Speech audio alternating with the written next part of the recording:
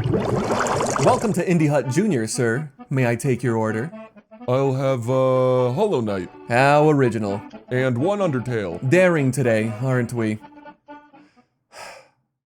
Look, they say the customer is always right, but let me offer an alternative phrase. Variety is the spice of life, and you, my friend, are mild at most. I understand there's safety in popularity. You think the numbers won't lie, but doesn't your heart yearn to see the unseen? To stumble into something unexpected?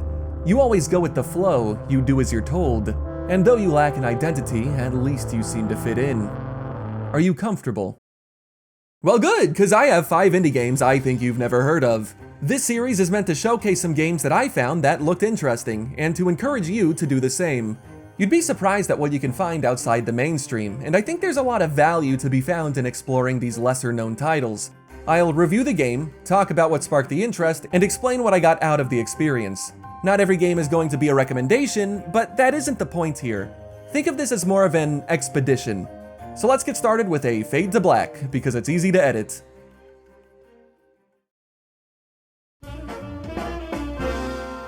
Jumpo, what would you rate Small Saga out of 10? Gay rats. May God have mercy on our souls. Small Saga is an RPG about rodents living in a medieval-style world beneath the modern human world, or as close to human as you can get when you are in England. With the power and technology that comes with humanity's status as apex predators, animals treat them as gods, incomprehensible monsters that can save or destroy cities on a whim. This fear is prevalent amongst the masses and the ruling class, and convinces most rodents to stay away from humanity to preserve their lives. Small Saga is about characters trying to live in this world of innate inequality, and how they aim to change the future in response. Some may be inspired by the humans' overwhelming power, or maybe they're convinced that rodents should remain passive, because they're powerless to influence humanity anyway. And our story starts with a very simple perspective. The gods have food, and the rats are hungry. Verm and Lance break into a grocery store to steal some food. They're brothers, and while Lance is a proven warrior, Verm is fresh to the field. Verm looks up to Lance, and in turn, Lance looks out for Verm. But while stealing the food, an exterminator appears and chases them down. In his panic, Verm gets his tail stuck in a mousetrap, and while he tries to escape, Lance decides to distract the exterminator to give his brother some time. The exterminator is touched by this display of brotherhood, and decides to offer his own helping hand. Verm is forced to lose his brother and his tail in order to escape the wrath of the Yellow God. And after he gets away, he vows to avenge his brother by subverting nature itself and killing the human that plagues rodent kind. And he does this by stabbing fucking everybody. From here, the game turns into a globe-trotting adventure. Verm needs to travel to gather info on the Yellow God and gets wrapped up in people's lives and stories. Sometimes Verm is treated as a threat to a city's safety for daring to act out against the humans. And sometimes he's seen as the only person with the drive to actually change things for the better. The only rat, I mean. I have to give a shout out to the dialogue here. While the reason I picked up this game was because of the visuals in the combat sections, the way characters talk to each other is surprisingly natural. Character interactions are usually informed by the character's history, and you can gather each rodent's personality without the characters ever falling too hard into tropes and stereotypes. Usually. I'm glad characters don't call Verm dumb and naive, and instead just get confused when he says something strange. And I like that Siobhan isn't called a people pleaser, but tends to be a voice of reason when things get tense. Or rodent pleaser. The world building is also pretty well considered. I think the dev really tried to consider how a tiny human-like society would function with giant gods stomping around, and the effort was well worth it. I'm not sure why humans don't pay any attention to the fact that rodents wear clothes and use weapons and stuff, but within the scope of rodent civilization, the religions, interspecies relations, architecture, etc. give a life to the world that only skilled hands can craft. The reason I'm focusing primarily on the story here, instead of talking about the gameplay in an RPG, is because the combat is very sparse. This game is absolutely a story game first, and a gameplay game second, despite how the Steam page might present itself. What's there isn't too strategic, and is remarkably easy to cheese, but it exists more to punctuate a story moment with flashy visuals, rather than provide an engaging turn-based combat system. It's not that it's bad, it's just that it's not a lot, and that it's not really balanced, to the extent that some major bosses can die in like 5 turns. If you're looking for a deep combat system, you won't find it here, but I think it's still pretty fun to mess around with. And the visuals in these sections are some of the coolest parts of the game by far. The sprite work is great, and having Verm's rage move give unique dialogue per enemy is a very nice touch. The dev decided to go for more of a rule of cool thing for some of these action scenes, and honestly, I'm all for it. Even when the game is taking itself seriously, it usually has a bit of a tongue-in-cheek tone that doesn't pull me out of the experience with its goofiness. Usually. I think this game could benefit from a solid dose of and it seems to me that getting socio-political was important to the developer, and the game covers themes of identity, discrimination, government power structures, sexuality, and more. Don't worry, I'm not gonna get preachy about any of this. I don't care to tell you nerds what politics I personally agree with. And when it comes to identity, I'm sure that me representing myself as a cat girl from Toho has you utterly convinced that I'm very straight and very male. What matters to me instead is how these topics are broached, and whether or not things seem natural, logically consistent, and stuff like that. Before we get into it, I insist that these issues are the exception, so I want to balance them out with some positivity to ensure you don't think the writing is all bad. I'm not doing this because I'm addicted to licking boots, fellas. If I didn't like the game at all, I wouldn't be talking about it. But I know that people tend to linger on negativity, and I don't want the takeaway to be that this game is total garbage. I'm gonna go against the grain a bit here and compliment the writing behind Josh, who is probably the most controversially written character if Steam reviews are to be believed. There's a point in the story where Bruce, the gay red squirrel, wants to travel back to his homeland of Sky Garden, only to find that an imperialistic dictator has overthrown the red squirrels and has taken their place. He is a racist, he is a homophobe, and even worse, he vapes. This is Josh, and he is an asshole. You should kill yourself now! It's pretty clear that Josh holds some pretty harsh views on others, and that he isn't very intelligent or strong or anything good really. The reviews I've read have an issue with him being this dogmatic caricature with hardly any depth, which he is. I mean, he literally says, "my heritage," and calls Bruce cringe for wanting to see his homeland. But within the logic of the story, I think this actually makes sense. If he was totally incompetent, and so were his followers, it would call into question how he was able to gain all this power in the first place. But he has a follower who is strong, smart, and even more malicious. Lamia. Lamia has struck a deal with Josh. Keep him in power, and she can eat all she wants. She is a carnivore, by the way. By having such a strong follower that enables him, it justifies why Josh is able to get away with such flagrant cruelty and malformed opinions. He's not allowed to be challenged, so he doesn't need a change. No one ever outright says, Lamia is the real threat, or that Lamia is the only reason Josh can be Josh. Lamia simply takes command and reminds Josh of their deal. While Josh himself isn't subtle, the reason he can get away with it is, and I appreciate that layer to his character. But you can only take Josh's lack of subtlety so far before it becomes grating. There's a point in one of Josh's ramblings where he gets so patriotic, he starts listing off why his nation's flag is super cool, and gets to a point where he is reciting a legally distinct version of the American Pledge of Allegiance. One nation, under God, indivisible, with liberty and justice for all. There's another point where he states he was looking for advice on how to make Sky Garden great again. These obvious real-world references reveal the hand of the author, almost as if they lacked confidence in their own metaphor, so they spilled the beans on toast. Now I'm distracted by how exactly this situation applies to the United States and Donald Trump, and since the characters lack the nuance of real-world politics, it causes much of what Josh says to fall completely flat. Because instead of thinking, oh yeah, Josh is a character who does bad things within this universe for these reasons, and that makes sense, I think, oh, this is an incredibly uneducated, shallow view of American right-wingers through a terminally online perspective. I don't want to hear anything about imperialism from a fucking redcoat. If the metaphor wasn't so direct, people could draw their own conclusions. If your message fails to deliver, it may mean you just didn't write it well enough to convey the metaphor's meaning. But at least people can take it at face value within the context of the game's story. And if you wrote the metaphor well, people would be able to apply it to the targeted group anyway, so there's no real reason to shout it from the rooftop. I do want to reiterate that this is the exception. These examples are egregious enough to make me roll my eyes, but it's infrequent enough to keep me from getting dizzy. Is it a problem? Yeah. But I think the quality of the writing overall makes this worth dealing with. Politics aside, the identity and sexuality aspect is handled with more grace. I would say that these character traits are brought up much more smoothly than many other games I've played, and it should be praised for that. Though the presentation of these topics can sometimes feel a little out of place. One of the ways that you can find out that Gwen is bisexual is in a room with a bunch of knickknacks and books. One of the books is a lewd magazine, and if you take a look, you see this! My eyes! Gwen giggles like a doofus, but Bruce just says, smut.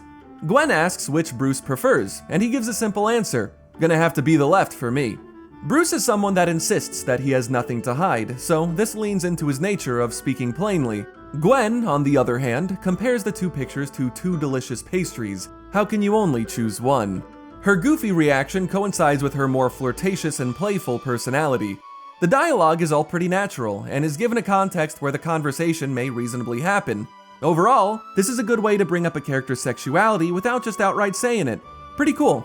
However, the issue I have is that they are currently breaking out of prison, and Bruce's boyfriend is scheduled to be executed if they don't break him out today. If this rat was telling me what hole she wants filled while my husbando was in danger, I'd be like, dude, can we maybe do this some other time?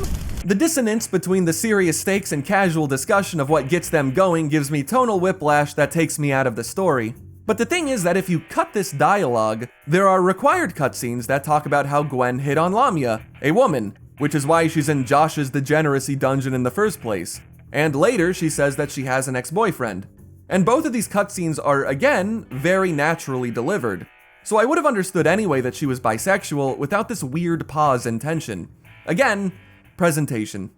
Regardless, while I do think that the delivery of some of these topics can be heavy-handed, I don't want to imply that this game is poorly written. It's a problem that I think a lot of people will notice, but I insist that you try to overlook this and give the game a shot. The world building, dialogue, characters, it's all interesting and constructed thoughtfully, and that deserves recognition.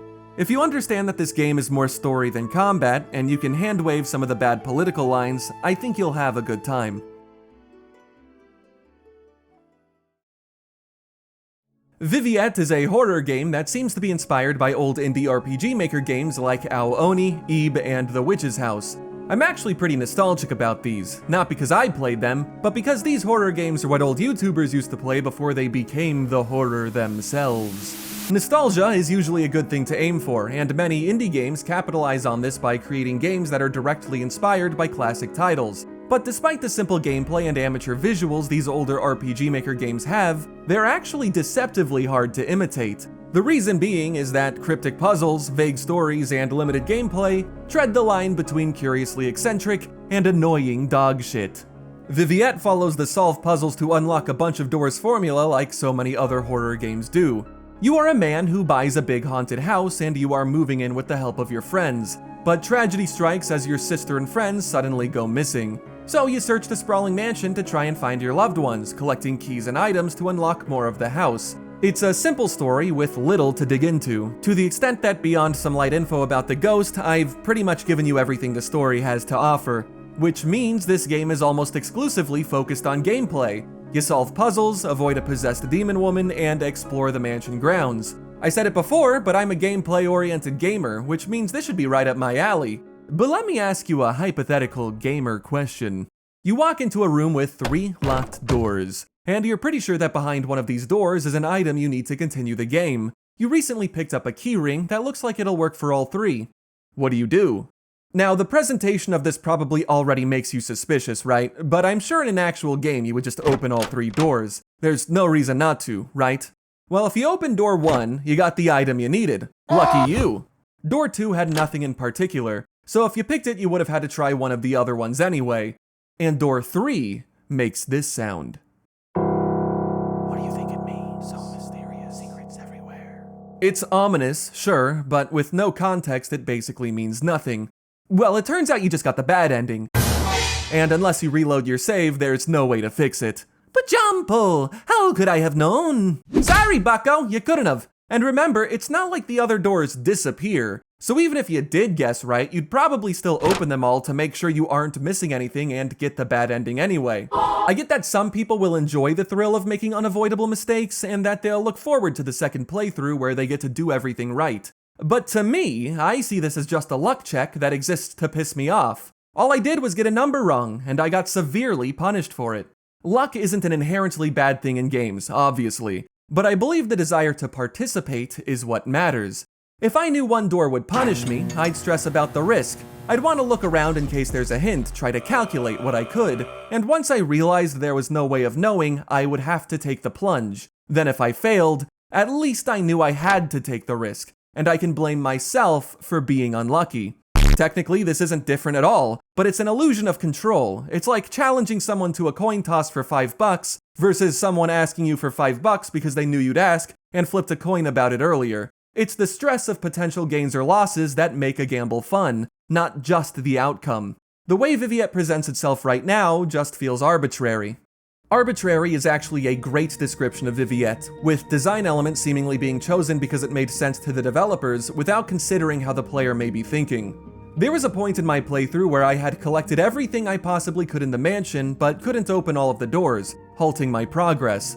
There's no map, so I double-checked every room and tried using every item in my inventory just to check if I missed something. But nothing seemed to work. It turns out that I actually needed to leave the mansion and run into a corner of the yard to a workshop that had no path leading to it. No hint, no dialogue stating that a shed existed, no seeing it in a cutscene earlier, and remember, no map. You just have to run around aimlessly until you find it. I'm sure that the developer thought that players would scope out the entire yard to make sure they didn't miss anything, but I don't see why I would ever be motivated to sprint away from everything else into the trees because something might be in a corner somewhere. It felt annoying rather than challenging, and this is rough. The game seemed to have good ideas, I liked certain choices, but it's like the developers didn't quite know how to follow through to make each element satisfying. Exploring without a map is fine, but there should be some signposting about non-obvious locations. A roaming enemy is cool, but you can just walk through a door while her animation is playing to avoid her. The story tries to give you a bad end gut punch, but characters are hardly developed. Having pitfalls that lead to a bad ending can be fun to try to avoid, but they need to present the challenge so you don't get blindsided. Solving puzzles can be a fun way to find items, but the puzzles are often unnecessarily obtuse, or require you to just memorize something while you run somewhere else to input the answer. That's easy enough, I think. 2314.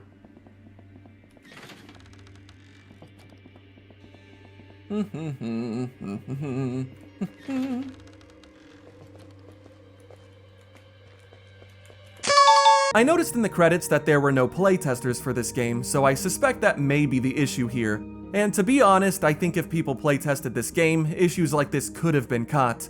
But with the team being so small, there's also the question of how long it would take to redesign so many aspects of the game. But what ifs are just what ifs, and what is what actually matters. And what this game is unfortunately mediocre.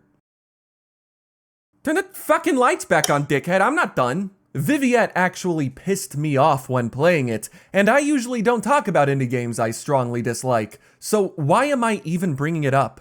Well, turns out the Viviette section was kinda just my intro for the next game by DYA Games, Evil Tonight. Now, Evil Tonight isn't a sequel, but it shares some similarities with Viviette for sure. I mean, both games have you investigating a ghost that's haunting a large building with a bunch of locked doors that you have to solve puzzles to open, and at the same time you're looking for people who have gotten caught up in the haunting and try to save them while uncovering the ghost's lore with scattered notes. It's even still a top-down pixel art horror game. These similarities allow me to compare the games much more directly to each other, and I think the changes made in Evil Tonight make it a very solid game. You play as Sylvia, an exorcist who has come to a haunted academy to deal with a ghost that's been causing trouble. In usual exorcist fashion, she finds the Orb of Malice and performs a ritual to travel to the ghost zone so she can stop the haunting. This should be a pretty straightforward job, but some sneaky children were illegally exploring the school's grounds and got wrapped up in the ritual, joining Sylvia in the ghost realm. Before you get worried about the children being burdens, don't worry, they absolutely are, but only in terms of story and cutscenes. They throw a wrench in Sylvia's plans, but for good reason. You see, in order to resolve a haunting, Sylvia has two options. Since ghosts only haunt a place due to their lingering trauma, I eat because I'm unhappy. I'm unhappy because I eat. Disgusting blob. Sylvia could calm them down so they can move on peacefully. Or she could shoot them in the face. Sylvia is compelled to take option 2 due to how dangerous the ghost is and how dangerous her monsters are. But anytime she confronts the ghost, one of the kids, Carlotta, gets in the way. Why does she do it? I won't tell ya. But it adds a nice layer of mystery and characterization that is honestly appreciated. One of the main changes Evil Tonight introduced was combat, and I know, alright? I bet you think I'm just some action junkie who needs his stimmies. Having access to an arsenal of weapons adds some meat to the bones of the game. When I got stuck in Viviette, I ran around with nothing to do but interact with items. But now I get to actually do something while looking around the academy. Since this game takes inspiration from Resident Evil, it has a similar risk-reward system with its limited ammo and low-damage melee attacks. It's nothing groundbreaking, with weapons being pretty straightforward pistols and shotguns and stuff, but it's satisfying and is elevated by the different enemies' attack patterns. More than that, though, is that the story progression is now not the only reward you get for exploring. Gathering ammo feels like a win because it's immediately useful, so opening every door and interacting with every item has more value than just more lore. Speaking of opening every door, Evil Tonight decided to drop the multiple endings and just go for a linear story. I don't think this is inherently better, but the focus allowed them to really hone in on telling a single good story instead of having to consider a bunch of extra branching paths. And of course, this also means no more random luck checks, thank God. There's more of a personal touch to the story of Evil Tonight. Rather than just being an arbitrary vehicle for the gameplay, it seems to me that the developers wanted to endear me to the characters, and it worked. The dialogue is cheesily charming, and most characters have a specific personality quirk that they lean into, like Sylvia being incredibly confident in her abilities, but more importantly, her looks. Or Dino, who has a strong sense of responsibility that causes him to roam into danger to find his friends. Sylvia clearly knows better than the kids when it comes to hunting ghosts, but the kids will argue back because they have some inkling that there's more to the ghost than meets the eye. I didn't mention it before, but Viviette's dialogue was, let's just say, trying to be creepy, with bipolar ramblings from the ghost and general, huh? What? Oh no! Dialogue from the main character. It's nice to now have people chatting in a way that actually has some utility to the story and characters. By the end of the game, I was happy with how the characters grew, and I actually cared about what was going on in the story, especially when considering the ghost herself. Viviette decided to drop lore about the ghost primarily through journal entries from her husband, which gave everything a very hands-off, impersonal feeling. But Evil Tonight allows the ghost to roam and talk to the characters. She's clearly not in her right mind, but you can get glimpses of her humanity through these discussions. And with the new journal entries you find, they're told from her perspective, drip-feeding you a personal explanation of how she ended up in so much pain. These changes make the ghost feel less like an obstacle in a game, and more like an actual person. And I have to compliment the art. Viviette already looked pretty good, but Evil Tonight stepped it up even further with more animations, cleaner in-betweens, nicer effects and lighting, and just a lot of polish. Almost everything besides the audio in the game was created by the two brothers that make up DYA Games. A lot of indie games go for pixel art because they think it's easy and treat it as a low-budget form of art, so it's nice to see a team actually taking it seriously.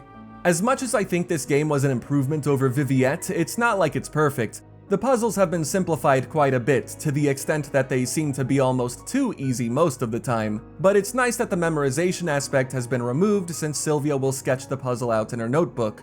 Though if I'm being fair, most of the puzzles I've seen in Resident Evil 4 weren't all that complex either, so maybe I should cut the game some slack.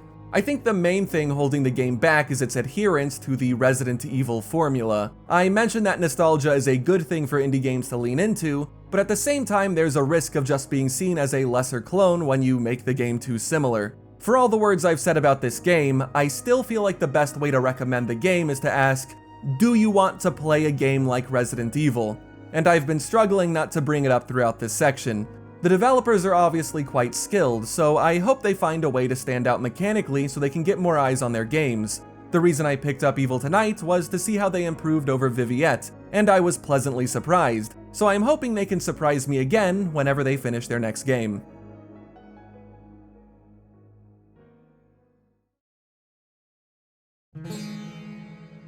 Do you think you can fry eggs on top of Mount Everest? Maybe the sub-zero temperature would keep the eggs forever half-cooked. Or maybe the thin air would keep you from being able to carry the weight of the stove. Or is the question less of a question and more of a challenge? If it's a challenge, I think you should take it. You have the eyes of a winner, like me. You ever see a black bear? Bitch made. Put me in the ring with it and 1, 2, down for the count. Not that I would do that, I love animals. But a brown bear, now that would kill me for sure. Compared to that, frying an egg shouldn't be that bad. It seems possible, because I fried plenty of eggs before, but maybe it really isn't possible due to some science-y mumbo-jumbo I wouldn't understand. If it's too cold up there, why not just turn the stove up? Or upturn the stove? Why even ask a question like this in the first place? When someone asks you something, they want an answer, right? Or they just want to know how you think. The question sometimes says more about the asker than the answer does about the answerer. And in my case, I only asked it since it made for a good hook to the section, and thought I could sound interesting by rambling about a topic without really intending to have a point. That's kinda how Arctic Eggs feels. It's a game that says a lot and feels deep, but I can't figure out if it actually means anything at all. It's a vibe I really like, a vibe where a cyberpunk dystopia is ruled by a guy who only seems to make laws about food, and the people just roll with it. They may complain here and there, but once I fry up that egg and they slide it down their gullet, I know they're pleased. They took everything from me except this skillet and my eggs, and I'm damn good at flipping things over. In one conversation, a guy will talk about how flamingos used to shed their feathers, and they'd get caught on buildings, coating them like strawberry sugar. It was beautiful, but flamingos were banned, and with them gone, there were no more feathers to dust the scenery. The buildings are blocks of gray once again, but maybe that's okay. Rather than lamenting the fact that it's all gone, he's content with having such a wonderful memory. And in another conversation, someone says, "I don't need sex. Government fucks me every day." I'm a little uncomfortable. It's hard to get a consistent feel for what tone the game is going for. I think it's mostly serving up jokes with a side of surrealism, but I still can't shake the feeling that there's more beneath the surface. But what I can shake is all the bullshit these freaks keep dumping on my frying pan. Eggs and sausages I get, but an entire bottle of beer, cigarettes for flavor. What this game has in spades is its creativity. You use your mouse to control your frying pan, and beyond adjusting the sensitivity, that is everything you control when cooking. The fun comes in managing the barrage of different foods that you have to cook for your patrons. This is technically a cooking game, but it's more of a physics game, really. Fish flip themselves over, blowfish bounce, bullets explode, and beer can spill. It feels pretty intense when you're juggling several foods at the same time, since dropping anything means you reset. Not too punishing, but challenging nonetheless. And you can get some sick-ass flips, check this out, goddamn! Each area has a theme, like fish at the docks or drinks at the bar, but nestled in the corner of each area is a person or two that request something entirely unique. I won't spoil it here, but they really seem to stand out as pseudo-boss fights since they're usually the hardest challenge in the area. They serve as great bookends to each area, and make you look forward to what new challenge will rear its head as you work through the basic customers in a new zone. Even with all that, the greatest compliment to the gameplay I can think of is the jazzy soundtrack. It's smooth and cool, always keeping you fresh while you fuck up someone's meal. There we go. Look, bounce all you want, guy. It doesn't matter. You're cooked. Oh yeah, I gotta flip my egg. And fuck you, buddy. It's like the game is giving me energy, while also soothing me enough to keep me from getting mad when I keep failing. This is one of the few times in a game where I really wondered why this genre was chosen over another. I mean, oppressive synth is the go-to for Blade Runner stuff, right? It breaks convention, but it still works. Maybe because instead of matching setting, it matches tone. Jazz is freeform, and so is a lot of the dialogue here. And the eggs. The eggs are free too. If you've heard of any game in this video, it's probably this one. It looks like it's been picking up steam recently, but that's mainly in the YouTube sphere. So I figured I'd fan the flames a bit to make sure people are actually buying the game. This game actually started as an entry to the Big Mode Game Jam 2023, which was hosted by Video Bunkus, but the devs liked the idea enough to turn it into a full game. Looks like all they needed was a reason to get started. And after that, why not follow through? Interestingly, Arctic Eggs didn't even win any of the awards handed out at the Game Jam, but when you got a good idea, you shouldn't let it go. I've said it before, but this type of unique flavor is exactly why I love digging through indie games. You'd be hard-pressed to find another comedic cyberpunk physics-based cooking sim anywhere in the world, and I chanced upon this because my friend saw it and thought about my YouTube channel and sent me a link even though he didn't play it himself. I think most of you understand this, but I'll take a moment to clarify the title of this series a little. What my friend did for me is essentially what I want to do for you, except I actually play the game first before talking about it. Even though I say, this series will be more of an exploration of small indie games as opposed to a list of recommendations, some people still think this is a list of recommendations. When I say these games are ones you've never heard of, but maybe you should, what I'm trying to say isn't that you should know about these games in particular, but rather that maybe you should know about these games because you should be exploring indie titles yourself. I phrased it a bit tricky, and that was intentional, but let me tell you this. If not for taking risks on games I've never heard of, I would not have found some of my favorite games of the past several years, and I would miss out on gems like Arctic Eggs. If it isn't obvious, I really like this game, and I think everyone should try it out.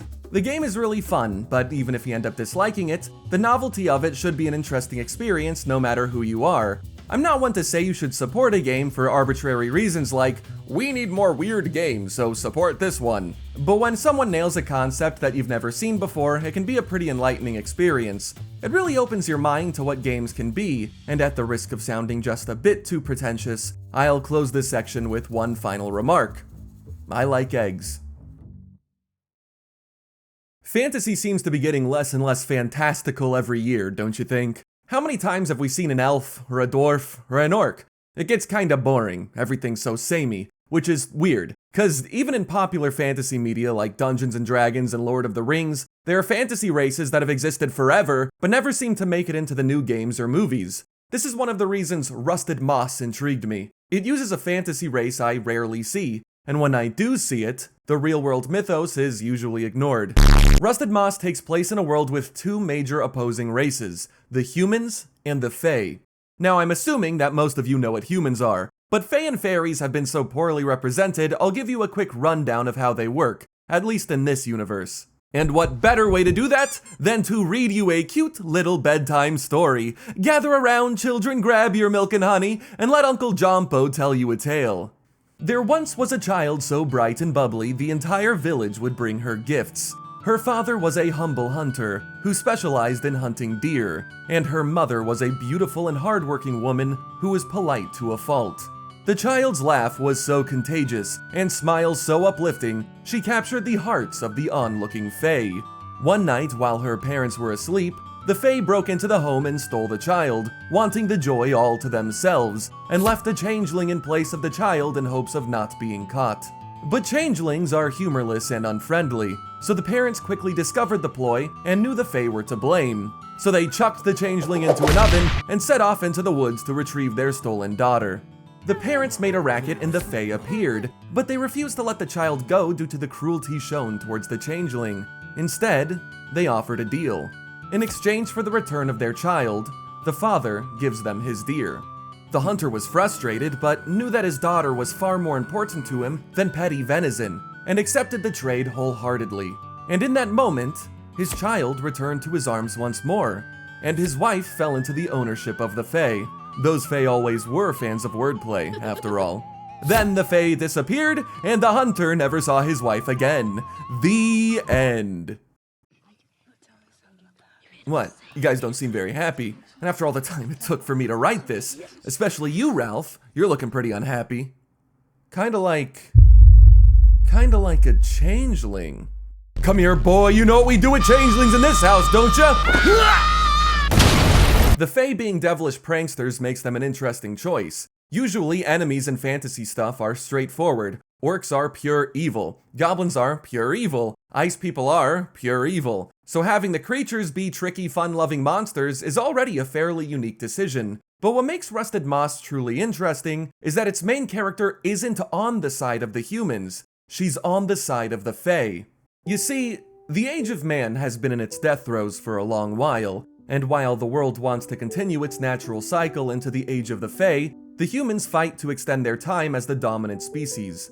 The immortal queen of the Fae, Titania, has been ripped apart, and her body parts are used to grant magic to humanity.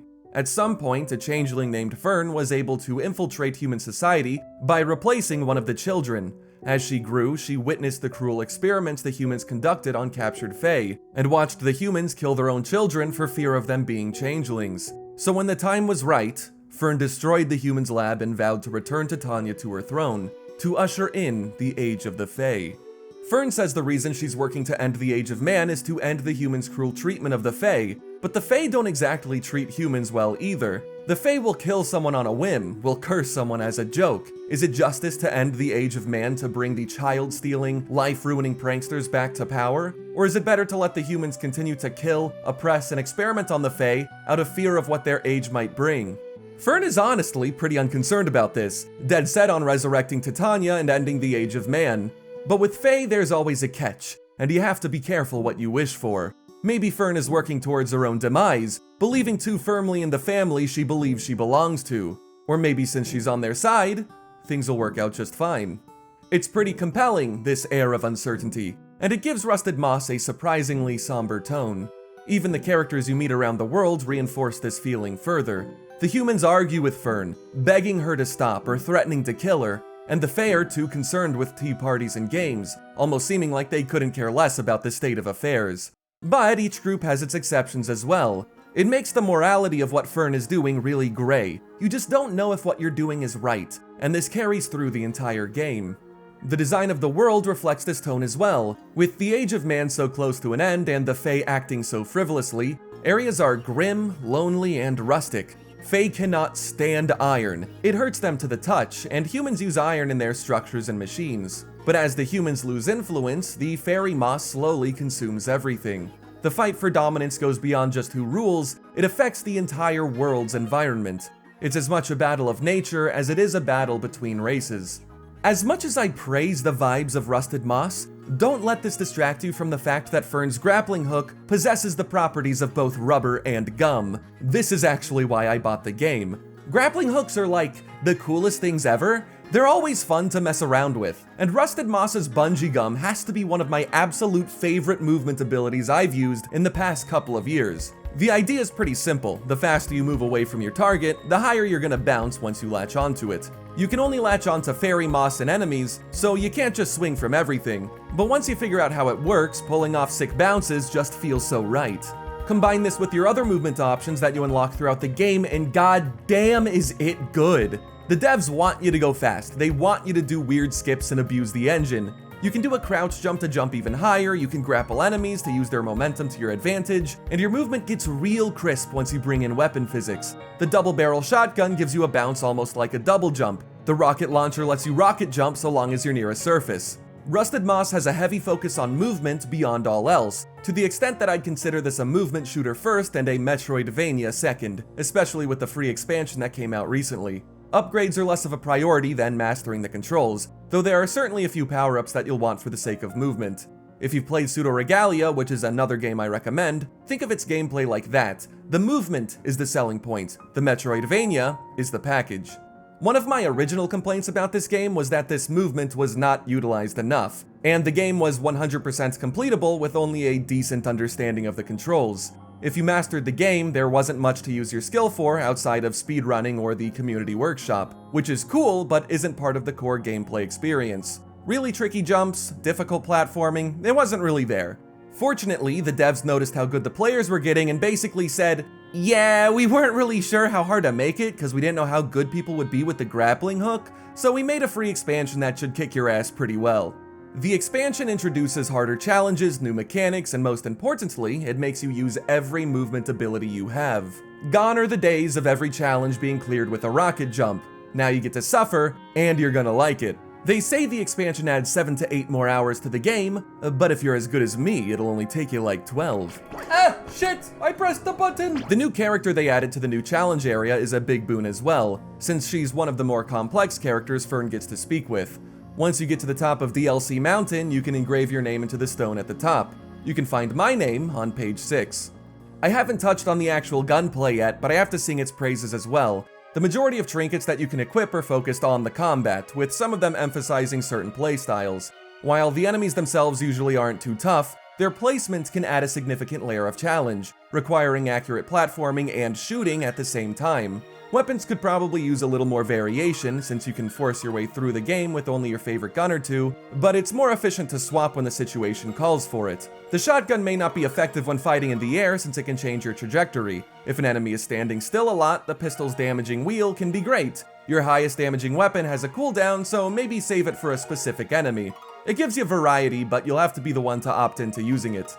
I will complain about exactly two things. The first being that the map is unbelievably simple. The map is just interconnected squares and you don't have pins to mark where things are, so if you can't collect an item and have to come back to it later, you will absolutely have to remember exactly which square it was in, or at least which area it was in to narrow down the search. I don't like unnecessary memorization. I don't think it builds any immersion here. I would really like for them to put in even a simple map marker system to help with this.